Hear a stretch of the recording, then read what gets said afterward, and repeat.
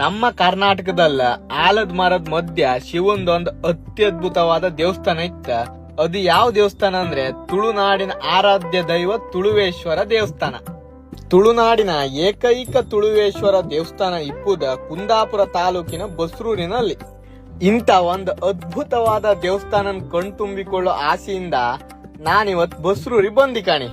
ಶತಮಾನಗಳ ಹಿಂದೆ ಈ ದೇವಸ್ಥಾನ ಹೆಸರುವಾಸಿಯಾಗಿದ್ರು ಈಗ ಸದ್ಯ ಇದರ ಗೋಡೆ ಮತ್ತು ದ್ವಾರದ ಅವಶೇಷಗಳು ಮಾತ್ರ ಉಳಿದಿದೆ.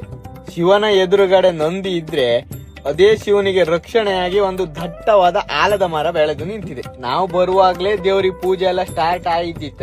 ಹಂಗೆ ದೇವ್ರಿಗೆ ಕೈ ಮುಕ್ಕಂಡ ನಾವು ದೇವಸ್ಥಾನದೊಳಗ್ ಹೋಯ್ತು ಕಾಣಿ.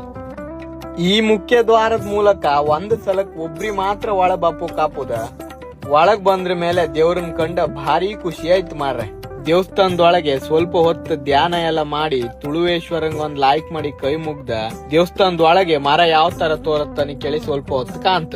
ಈ ಅದ್ಭುತವಾದ ದೇವಸ್ಥಾನ ನಾನ್ ಮಾತ್ರ ಕಂಡ್ರೆ ಸಾಕ, ನಿಮ್ಗೂ ತೋರ್ಸ್ಕಲ್ಲ ಅಂತ ಹೇಳಿ ಇದ್ರ ಬಗ್ಗೆ ಸ್ವಲ್ಪ ವಿಷಯ ವಿವರಣೆಗಳನ್ನೆಲ್ಲ ತಿಳ್ಕೊಂಡ ಯೂಟ್ಯೂಬಿಗೋಸ್ಕರ ವಿಡಿಯೋ ಎಲ್ಲ ಮಾಡಿದೆ. ಈ ತುಳುವೇಶ್ವರ ದೇವಸ್ಥಾನ ಎಷ್ಟು 1000 ವರ್ಷ ಹಳೇದ, ಹಾಗೆ ಇದ್ರ ಬಗ್ಗೆ ಯಾವ್ಯಾವ ಶಾಸನಗಳೆಲ್ಲ ಸಿಕ್ಕಿದೆ, ಹಾಗೆ ಇದ್ರ ಬಗ್ಗೆ ಊರಿನವ್ರು ಅಂತ ಹೇಳ್ತಾರ, ಇದೆಲ್ಲ ನಿಮ್ ಕರೆಕ್ಟ್ ಗೊತ್ತಾಯ್ಕಾರೆ ಯೂಟ್ಯೂಬ್ ಅಲ್ಲ ಆದೇಶ್ ಕುಂದಾಪುರ ಎಂಬ ಚಾನಲ್ ಇತ್ತ. ಇದ್ರಲ್ಲ ತುಳುವೇಶ್ವರ ದೇವಸ್ಥಾನದ ಸಂಪೂರ್ಣ ವರದಿಯನ್ನು ಹಾಕಿದೆ.